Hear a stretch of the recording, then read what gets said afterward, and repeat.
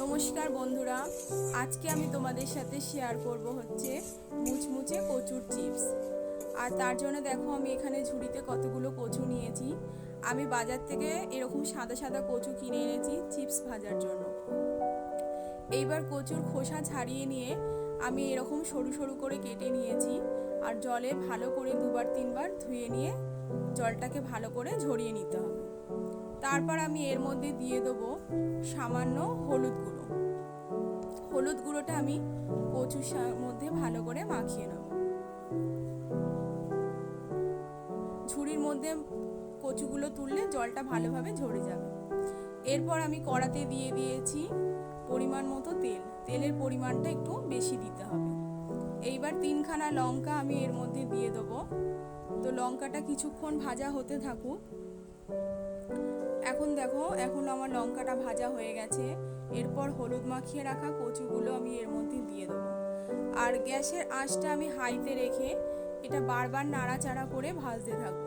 প্রথমের দিকে গ্যাসের আঁচটাকে হাইতেই রাখতে হবে। আর এইভাবেই বারবার নাড়াচাড়া করতে হবে যাতে এক পিঠ পুড়ে না যায়, যাতে সমস্ত কচুটা ভালো করে ভাজা ভাজা হয়। আর এই রকম কচু ভাজা বাচ্চা থেকে বড় সবারই ভালো লাগে। গরম ভাতে ঘি নুনের সাথে যদি এরকম কচু ভাজা থাকে তাহলে এমনি এক থালা ভাত ভালোভাবে খাওয়া হয়ে যায়। তো তোমরা এটা বাড়িতে অবশ্যই ট্রাই করো আর আমাকে জানাবে কমেন্টস করে যেটা কেমন হয়েছে। এখন দেখো আমার কচু ভাজাটা প্রায় অর্ধেক হয়ে গেছে। এই অবস্থায় আমি গ্যাসের আঁচটাকে একদম লোতে করে দেবো। দিয়ে আমি বারবার নাড়াচাড়া করব যাতে বেশি লাল লাল বা পুড়ে না যায়। দেখেছো আমার ভাজা ভাজা প্রায় হয়ে গেছে। এরপর আমি এর মধ্যে দিয়ে দেবো পরিমাণ মতো লবণ। লবণটা দিলে, এই অবস্থায় লবণটা দিলে কচুটা নরম হবে না, যেহেতু এটা মুচমুচে করে ভাজা ভাজা হয়েই গেছে। তো আমি লবণটা দেওয়ার পর আবারও ভালোভাবে নাড়াচাড়া করতে থাকবো। এখন দেখো এই অবস্থায় তোমরা একটা ভেঙে দেখলেই বুঝতে পারবে যে আমার কচুগুলো কতটা খাস্তা আর মুচমুচে হয়েছে। এখন আমার ভাজা হয়ে গেছে কচুটা।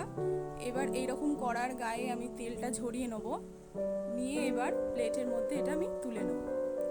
তো বন্ধুরা, তোমাদের যদি আমার ভিডিও ভালো লাগে তাহলে লাইক, কমেন্ট, শেয়ার করো আর সাবস্ক্রাইব করে আমার পাশে থেকো।